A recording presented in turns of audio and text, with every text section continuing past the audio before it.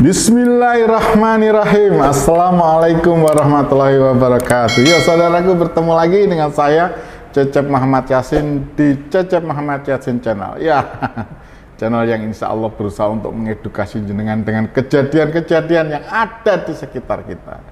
Ya saudaraku, hari ini kita akan membahas sesuatu yang sebetulnya cukup rawan, cukup ngeri untuk dibicarakan untuk di internal PDIP ya ini, yaitu adanya relawan Ganjar. Satu, doakan Jokowi gantikan Megawati jadi ketum PDIP. Menurut mereka partai bukan kerajaan. Ini juga ada di saya juga baca ini tagar Trah Soekarno tamat menggema di sosmed, di sosial media ya. Pendukung Ganjar ingin Presiden Jokowi jadi ketum PDIP. Ya, ini pendukung Ganjar, ini pendukung Ganjar namanya relawan koalisi aktivis dan milenial Indonesia untuk Ganjar Pranowo, kami Ganjar.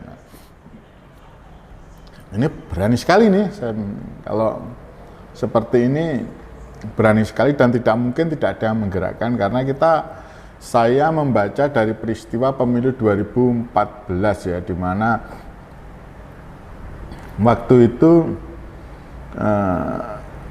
Bu Mega menolak Pak Jokowi karena menginginkan Mbak Puan, atau katakanlah dari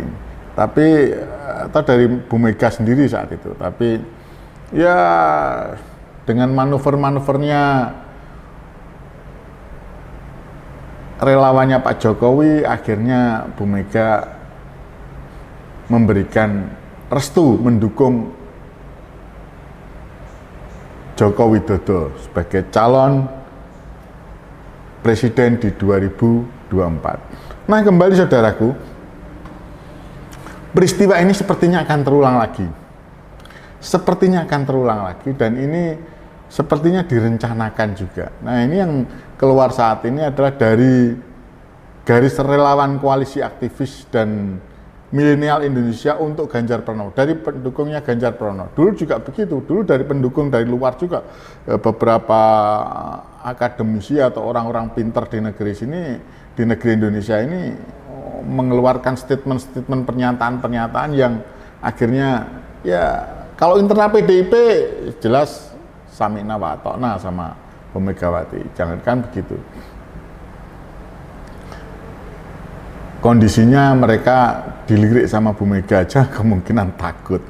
Tapi kalau ini saudaraku, kali ini ada seperti ada perlawanan. Ganjar pun seperti perlawanan, dan beliau mengaku dengan terus terang bahwa sudah diperingatkan 3 kali ini. Dan yang namanya peringatannya hanya lisan saja lah ya.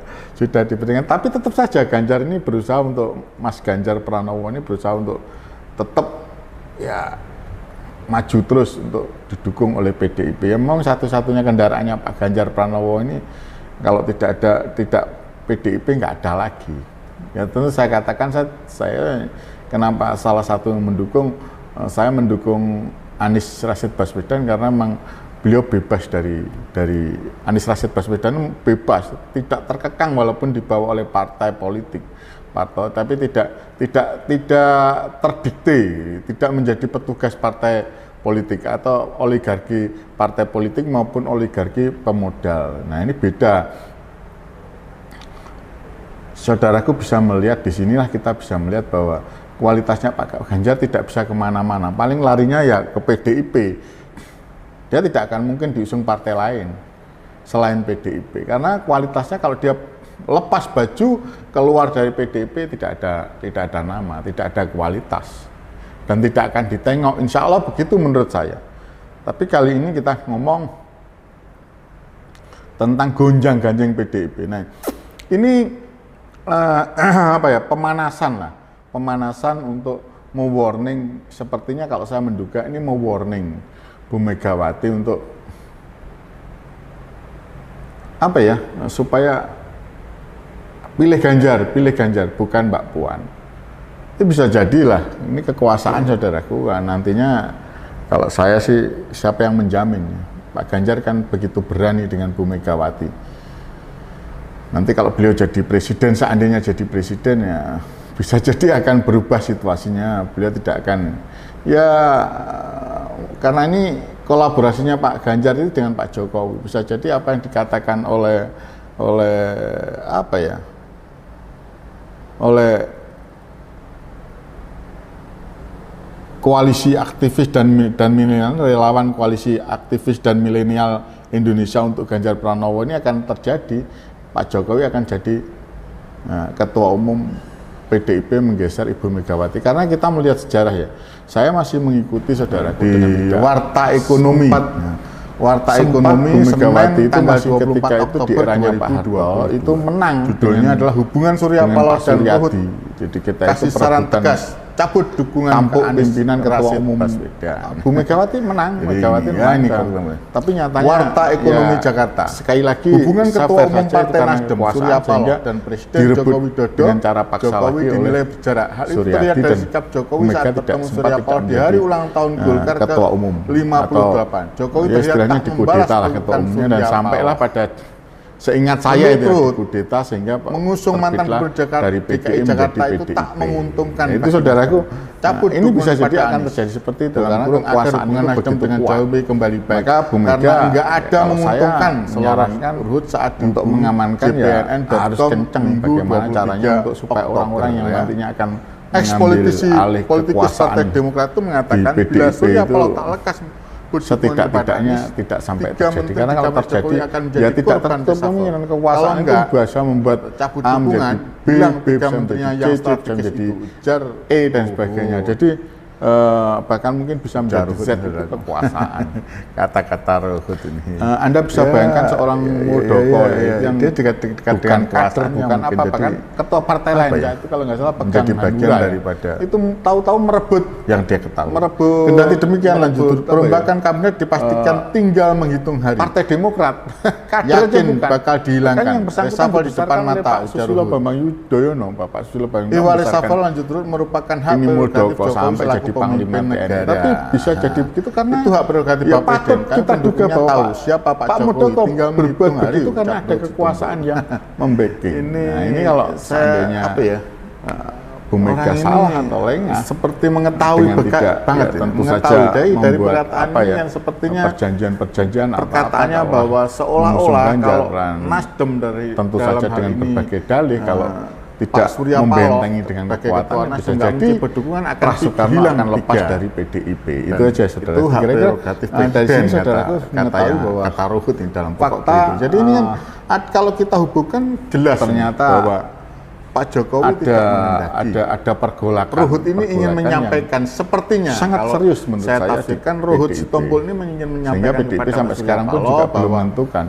Jadi cabut katanya dukungan Pak Jokowi jangan bisa pun mungkin juga bisa diartikan maka Pak Jokowi warning juga jangan ngawur. Itu sama dengan kepentingan jangan sembrono.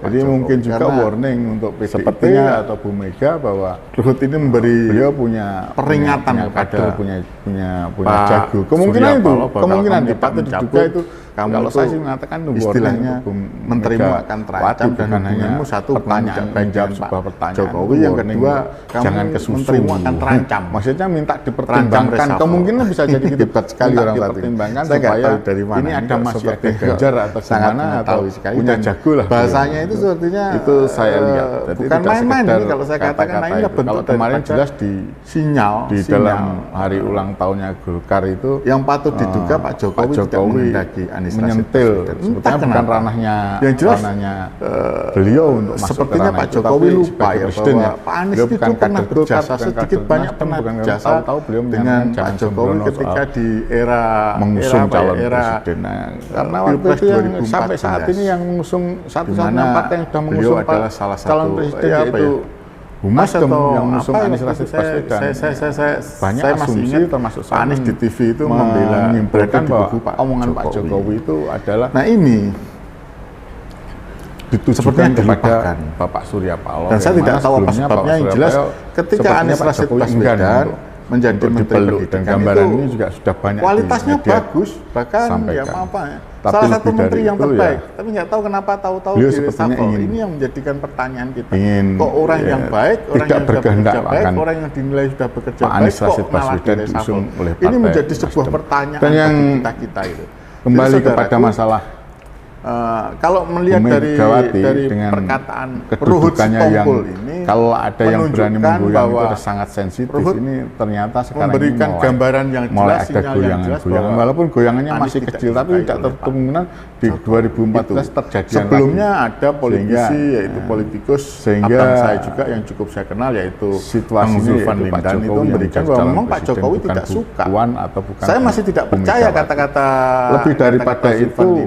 Bang Zulfan ini, kalau mungkin kemarin Pak Jokowi tidak bertindak, tapi kali ini kalau adanya riak-riaknya sih sepertinya Pak Jokowi yang pertama itu berbeda dengan Megawati, dan ketika bertemu dengan Pak Surya Paloh ada perlawanan, hari ulang tahun yang beberapa kali diperingatkan, Golkar ke-58 berikan warning dimana kalau Jokowi enggan untuk berpelukan dengan Semarang pun Pak Ganjar tidak sinyal kebenaran kata-kata daripada ikutkan, bahkan tidak diundang. Dan yang kedua, seperti semakin saya yakin ketika yang berbicara ini adalah Ruhut, sosok yang memang prestasi mungkin tidak ada. Dia itu kalau siapa presidennya, jangan-jangan nanti kalau Anies jadi presiden dia juga akan membela Anies mati-matian. Itu sosoknya Ruhut kan pabrik pupuk tidak lebih daripada ya sosok kalau orang bilang kalau dalam politik kutu loncat di Jakarta dan Demokrat, kasus Wadas itu nanti juga bisa jadi dia akan pindah kemana.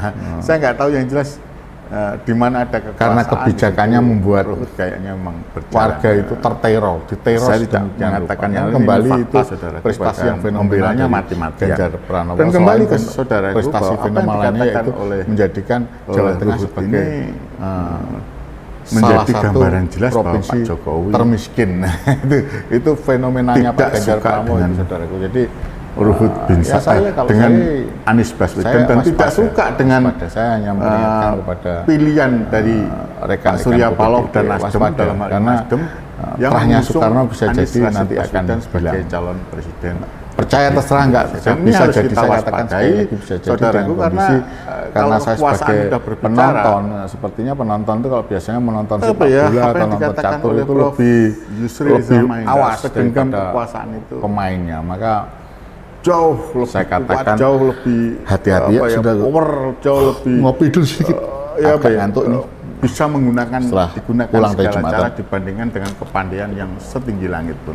Jadi ini perlu difikirkan. Makanya melalui saran saya melalui mewaspadai manuver-manuver yang memang Pak Ganjar Pranowo jago manuver, jago selfie, khususnya jago selfie, jago ya apa ya, kita bisa memberikan masukan karena saya yakin itu saja dari saya. Kalau kita wabillahi taufiq wal hidayah, wassalamualaikum warahmatullahi wabarakatuh. Tidak ada kekuasaan yang saran tentang calon presiden. Enggak apa-apa. Saya pun juga saya dengan Kasabah dan beberapa kiai ini, saya mengakomodir apa yang dikatakan oleh kiai ketika kiai ini meminta supaya setidak-tidaknya ada Anies itu sudah NU, sudah Nadriyin ya, tapi Anies itu dia milik semuanya.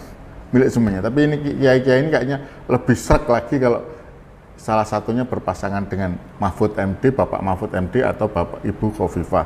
Tapi kita kembalikan siapapun yang dipilih Anies, siapapun yang dipilih oleh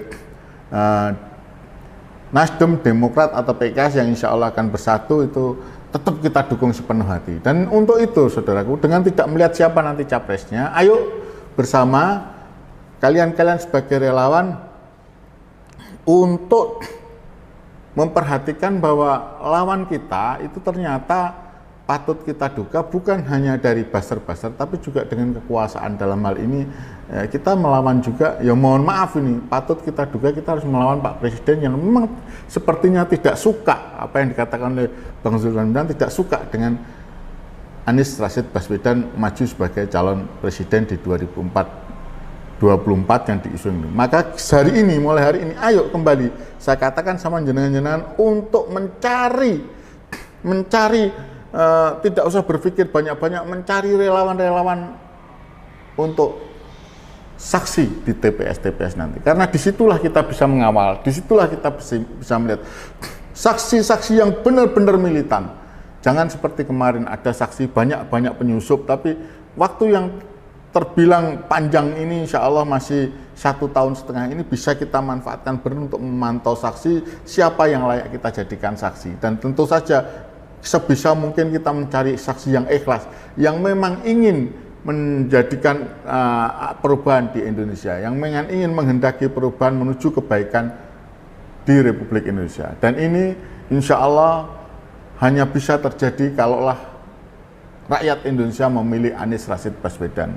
Itu saja dari saya, saudaraku. Kembali lagi, saudaraku, rekan-rekan relawan, ayo bersatu bersama, kita bergandengan tangan untuk mencari saksi-saksi. Dari anak kita, dari lingkungan diri kita sendiri, istri kita, anak kita, sampai saudara-saudara kita berikutnya, tetangga-tetangga kita, teman-teman kita, dan menyebar kemana-mana. Kita cari. Saya alhamdulillah hari ini sudah ada 1 minggu ini saya sudah mendapatkan hampir 200 saksi, insya Allah hampir 200 saksi. Kemarin saya catat di keluarga saya 57, sekarang bertambah lagi, saudara saya yang di Jawa Barat, saudara saya yang di Ujung Pandang yang kebetulan ada di Makassar dan sebagainya, terus teman-teman saya yang di Bali, tetangga saya sepertinya bergabung, mengatakan bahwa siap, mereka hanya nanti saya akan berikan nama-nama mereka kepada tim di daerah masing-masing untuk mengawasi. Dan ini alhamdulillah begitu cepatnya saya mendapatkan saksi-saksi ini, berarti ini menunjukkan bahwa giroh, semangat untuk melakukan perubahan di Indonesia ini terjadi. Saya yakin, percayalah, Anies Rashid Baswedan itu sosok yang berkualitas dan sosok yang berintegritas, dan tentu dia bukan petugas partai. Dia bukan petugas partai dan dia tidak secara pribadi, walaupun dia diusung partai, saya berkeyakinan sosok Anies Rashid Baswedan itu adalah sosok yang milik semua, yang merasa bahwa dirinya hadir untuk milik semuanya. Saya berkeyakinan, saudaraku, kalau saudaraku melihat kepemimpinan sosok Anies Rashid Baswedan, kalaulah dia mengikuti apa yang dilakukan oleh, katakanlah tidak cawe-cawe dalam hal reklamasi kemarin, dalam hal kebijakannya pemerintah ya, rezim, insya Allah dia mengikuti oligarki partai politik atau oligarki pemodal, insya Allah dia tidak akan diperlakukan sedemikian rupa dan dibenci sedemikian rupa. Kenapa Anies Rashid Baswedan dibenci? Karena Anies Rashid Baswedan merasa bahwa dirinya memimpin itu adalah pemegang amanah, dan amanah itu harus dibuktikannya dengan kepada rakyat, bukan kepada partai politik maupun kepada oligarki pemodal. Itu saja, saudaraku, kira-kira ayo bersama sekali lagi mencari saksi, mencari saksi. Kerja untuk mencari saksi. Kerja dengan menyisihkan waktu untuk mencari saksi-saksi militan untuk Anies Rashid Baswedan. Itu dari saya. Wabillahi taufiq wal hidayah. Wassalamualaikum warahmatullahi wabarakatuh. Salam sehat, salam merdeka, salam berkedaulatan. Cecep Muhammad Yasin Wong Kediri menyampaikan.